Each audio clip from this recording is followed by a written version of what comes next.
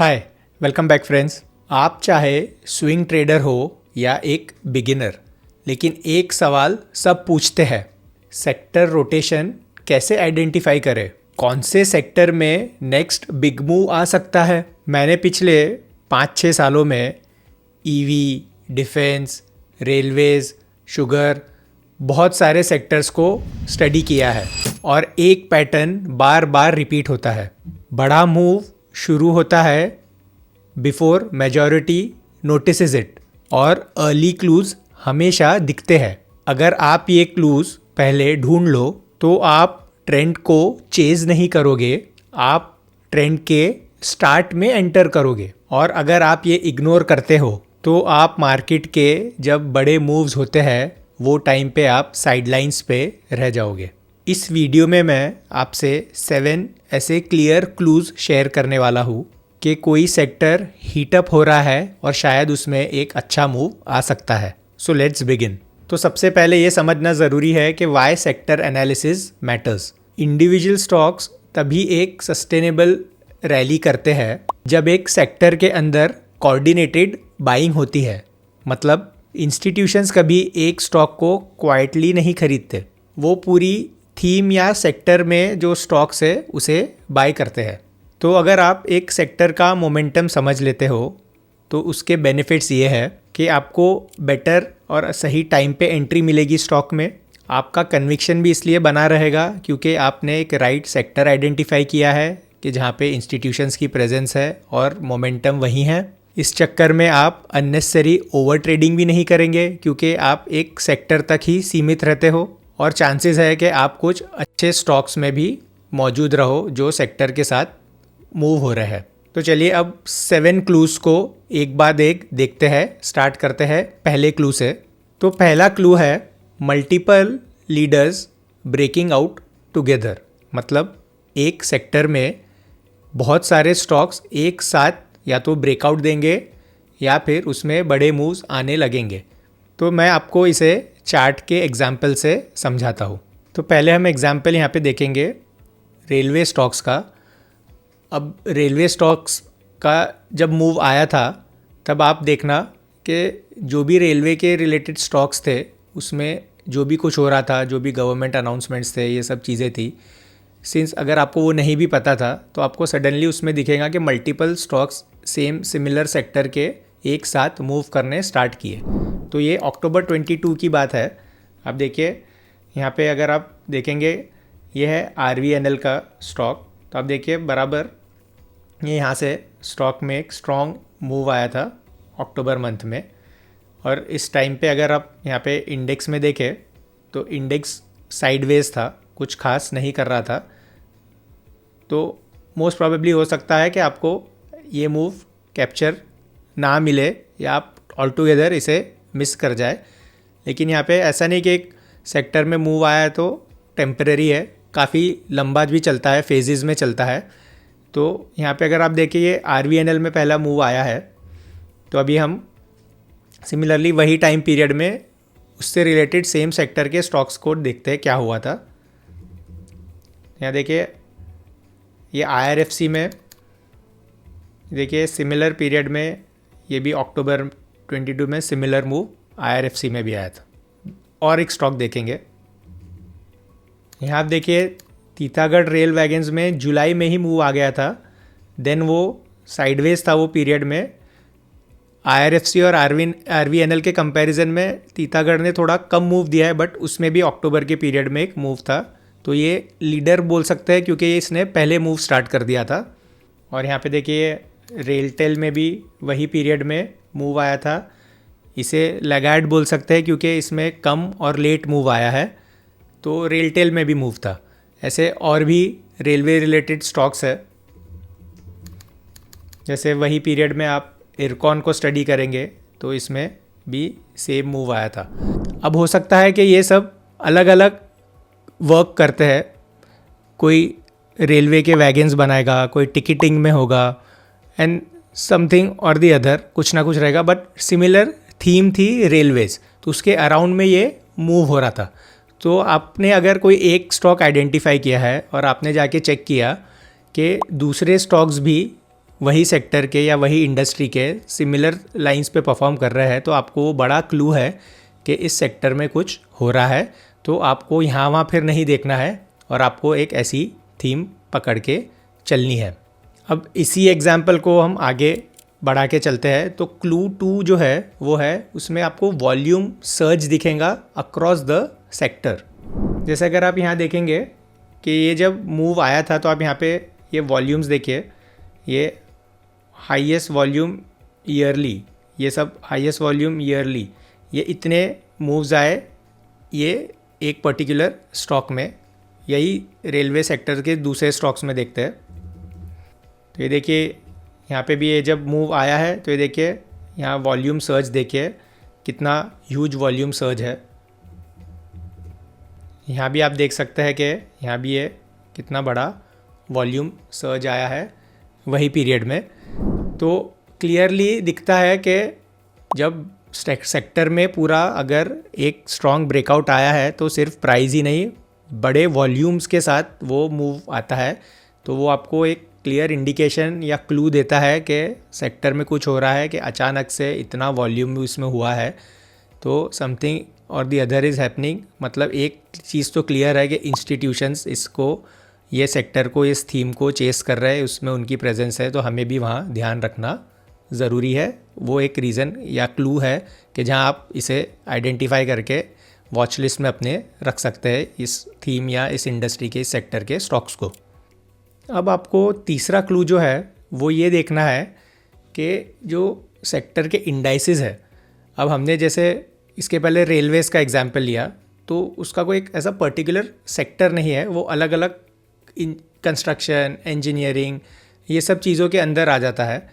अब हो सकता है एक पर्टिकुलर सेक्टर का थीम है, सपोज़ ऑटो है, आईटी है, ऑयल एंड गैस है, बैंकिंग है, फिर उसके अंदर अलग अलग वेरियस इंडस्ट्रीज़ है। तो आप अगर एक मेजर इंडाइसिस या मेजर सेक्टर को ही आइडेंटिफाई करते जिसके इंडाइसिस है, अगर आप एनएससी की वेबसाइट पे जाए तो आपको वहाँ पे मेजर इंडाइसिस सब मिल जाएगी, उसको आपको ट्रेडिंग व्यू में या जो भी आप प्लेटफॉर्म यूज़ करते हैं वहाँ पे उसे ऐड कर लीजिए। तो अगर आप यहाँ पे देखें तो जून और मई के पीरियड में खास करके ऑटो स्टॉक्स ऑफ जून मई 2023 के पीरियड में ऑटो स्टॉक्स ओलेक्ट्रा, जेबीएमए और दूसरे भी ऑटो स्टॉक्स थे, दे वर डूइंग गुड।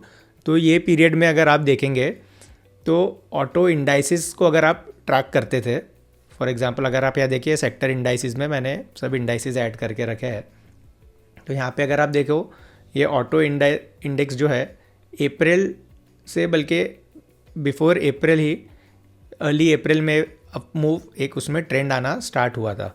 सिमिलरली वो टाइम पे वो निफ्टी भी एक करेक्शन से बाहर आ रहा था अगर हम इसे कंपेयर करें तो अगर आप यहाँ पे देखें वो पीरियड में अगर निफ्टी ने 5% का मूव दिया था तो वही पीरियड में auto index was doing 7% and then it went मई तक में 13-14%, निफ्टी वॉज 8-9%। आप देखिए क्लियरली आउट परफॉर्म कर रहा था निफ्टी को ऑटो सेक्टर।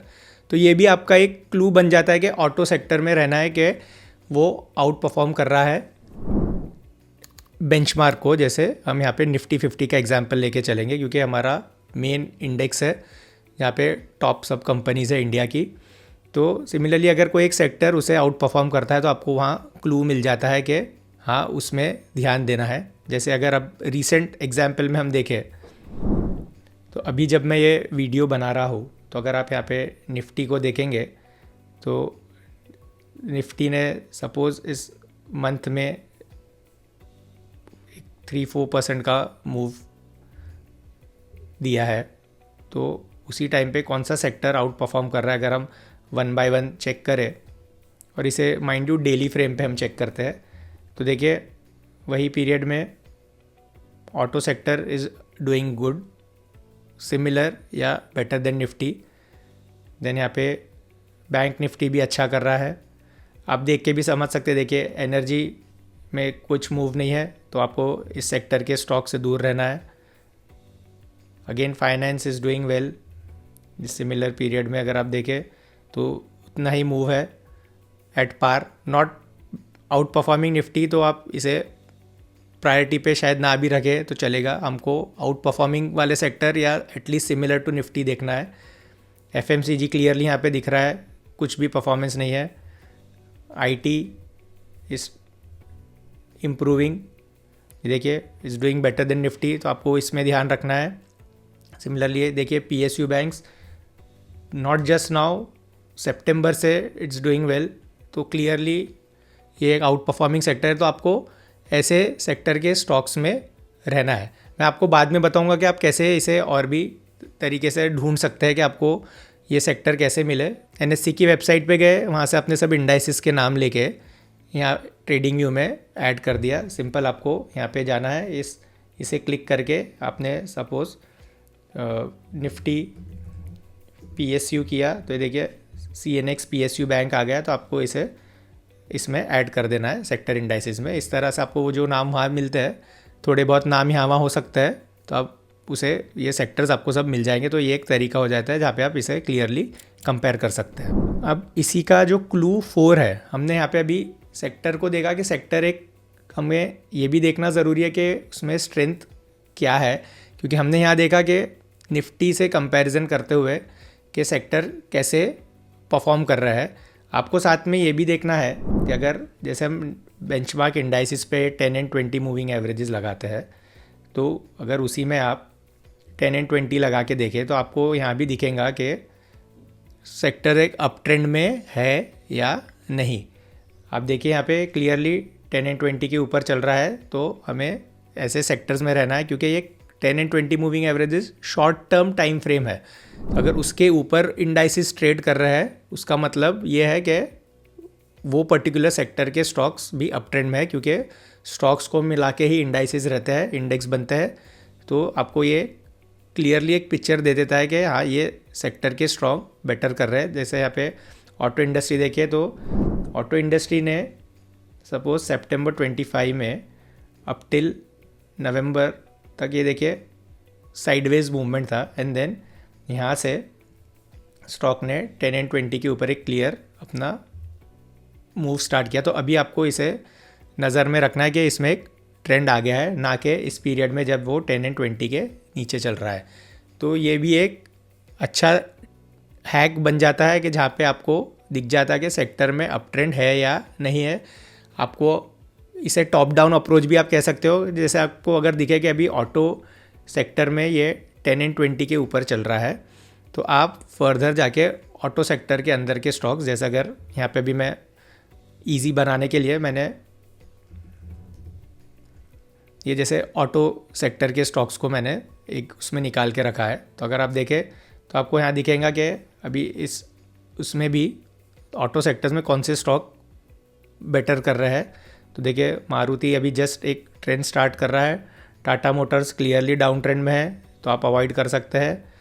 आइशर मोटर्स देखिए 10 एंड 20 के ऊपर आया है, इसे ध्यान में रख सकते हैं। टीवीएस मोटर्स ऑलरेडी निकल गया है ऊपर।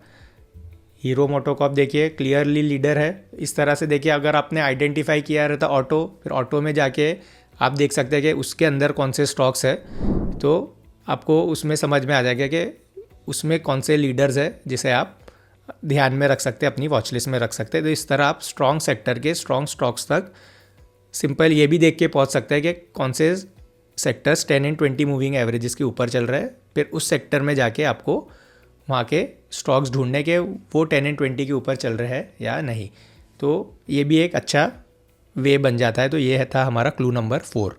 क्लू नंबर 5 जो है वो है फ्रेश नैरेटिव यानी और न्यूज़ फ्लो। सेक्टर मोमेंटम जो है नॉर्मली वो कुछ गवर्नमेंट पॉलिसीज़ या न्यूज़ ये सब चीज़ों से इग्नाइट होता है। फॉर एग्जांपल कि कुछ गवर्नमेंट पॉलिसीज़ आई है, या समझिए PLI स्कीम आया था, कुछ बड़े ऑर्डर्स सडनली आए हैं एक इंडस्ट्री में, एक थीम में, कुछ रेगुलेटरी चेंजेस हुए हैं which are beneficial for the whole industry या सेक्टर, कुछ नई टेक्नोलॉजी आ गई है, जैसे AI आया। तो नैस्डैक स्टॉक्स में हमने देखा कि कैसे AI आने से पूरा टेक्नोलॉजी चेंज था, तो AI स्टॉक्स सडनली सभी इन्वेस्टर्स के फेवरेट हो गए। या फिर ग्लोबल डिमांड में कुछ शिफ्ट आ गया है, जैसे मेटल्स में बहुत बार होता है, या जैसे AI का ही हमने एग्जांपल लिया, तो ग्लोबली एआई का डिमांड आने से एआई स्टॉक सब चेस करने लगे। हम देखते हैं कि डिफेंस स्टॉक्स में भी ऐसे ही डिमांड आती है इन टाइम्स ऑफ वॉर या दूसरे भी फैक्टर से, तो डिफेंस स्टॉक्स अच्छा करने लगते हैं।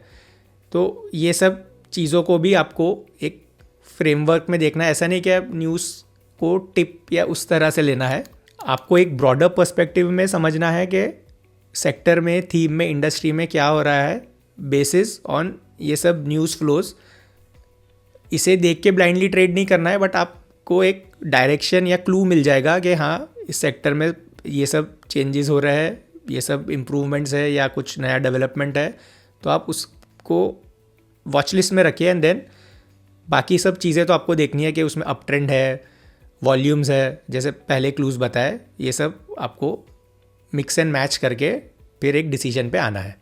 अब थोड़ा टेक्निकल एस्पेक्ट भी समझते हैं कि आपको ये भी देखना है कि जब एक सेक्टर में स्ट्रॉन्ग मोमेंटम है तो वो उसमें एक अप ट्रेंड के बाद जब साइडवेज मूवमेंट होता है तो उसके बाद ऐसा नहीं कि मूव कोलैप्स हो जाए और स्टॉक हमेशा डाउन ट्रेंड में ही चले जाए, यानी वो शॉर्ट टर्म मूव रहा। स्ट्रॉन्ग सेक्टर्स में नॉर्मली आपको ऐसा दिखेगा कि ये एक स्ट्रॉन्ग मूव आया है, देन स्टॉक साइडवेज गया है, तो कुछ बहुत बड़ा करेक्शन नहीं दिया है। देखिए इमीडिएट एक टाइट पैटर्न बनाएगा एंड देन अगेन वो ऊपर जाना रिज्यूम करेगा। ये ऊपर गया, देन अगेन साइडवेज हुआ, देन अगेन ऊपर गया। इस तरह स्टॉक परफॉर्मेंस देते हैं स्ट्रॉन्ग सेक्टर्स के। ऊपर गए, देखिए अगेन साइडवेज हुआ, देन अगेन ऊपर गया। एक स्टेयरकेस मैनर में ऊपर जाना स्टार्ट करता है। बहुत ज़्यादा रेस्टिंग पीरियड भी नहीं रहते क्योंकि उसमें इतना डिमांड, इंस्टीट्यूशनल पुश, इतना लिक्विडिटी फोर्स, ये सब चीज़ें रहती है कि स्टॉक रुकने को तैयार नहीं है। तो ये आपको क्लियर साइंस मिलेंगे, ना कि कुछ ऐसा मूव के जहाँ पे आपको इनिशियल ये पुश था। ये फार्मा सेक्टर का एक स्टॉक का एग्जांपल है, एंड देन वो साइडवेज जाके यहाँ से अपवर्ड मूव कंटिन्यू करने के बजाय वो कोलैप्स हो जाता है।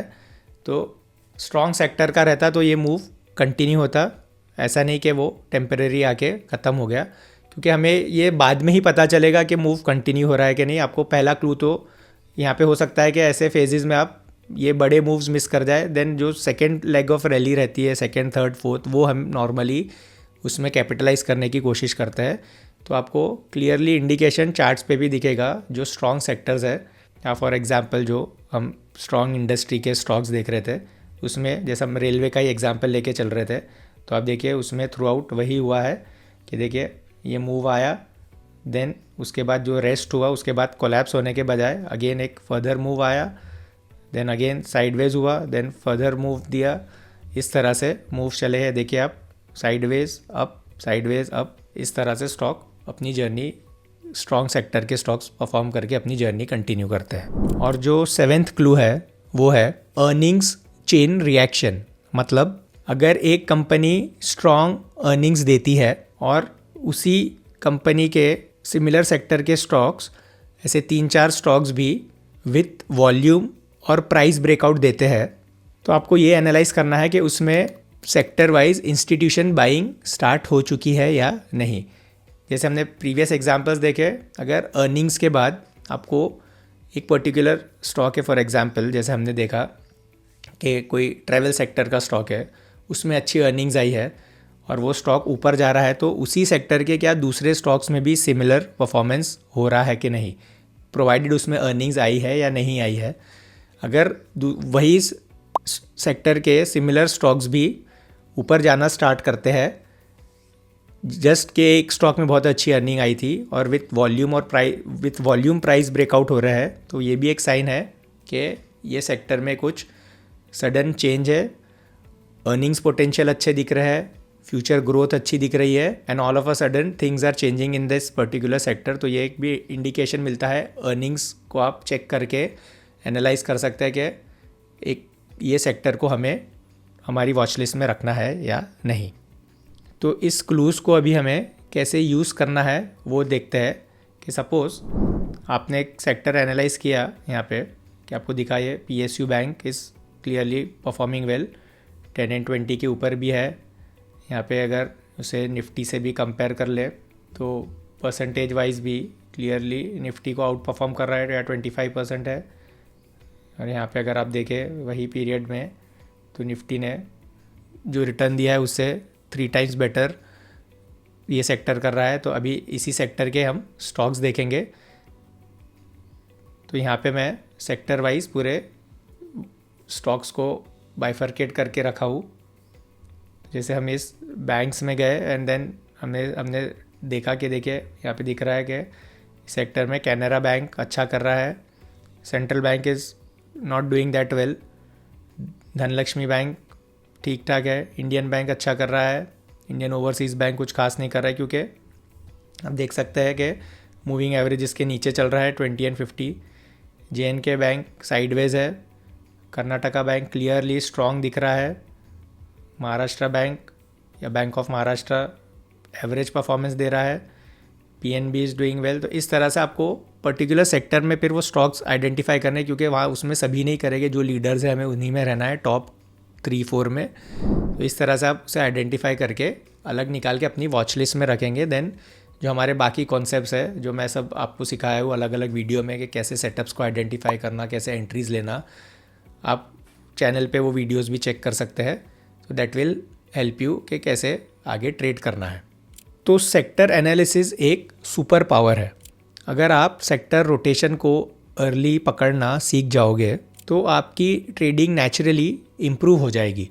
आपको ये सभी चीज़ें डिटेल में सीखनी है तो मेरा वीडियो कोर्स है पार्ट टाइम स्विंग ट्रेडर, जो वर्किंग प्रोफेशनल्स के लिए खास करके डिज़ाइन किया गया है एंड बिगनर्स के लिए one of a kind course. बहुत ही डिटेल में सब चीज़ें, सभी कॉन्सेप्ट्स एक्सप्लेन किए हैं which will help you in your trading journey going forward. So do check it out on tradewithhaseeb.com। आप मेरी कम्युनिटी पे भी जुड़ सकते हैं अगर आपको और सब चीज़ें इन डेप्थ सीखनी है, जहाँ पे मैं सब चीज़ें ऑन डेली बेसिस शेयर करता हूँ, डिस्कस करता हूँ। तो वीडियो पसंद आया है तो लाइक कीजिए, शेयर कीजिए, चैनल को सब्सक्राइब कीजिए, कमेंट्स में ज़रूर मेंशन कीजिए आपकी कुछ भी क्वेरीज़ है, मैं सभी कमेंट्स को आंसर करता हूँ। और याद रखिए हम हमारा नसीब खुद बनाते हैं। Thank you.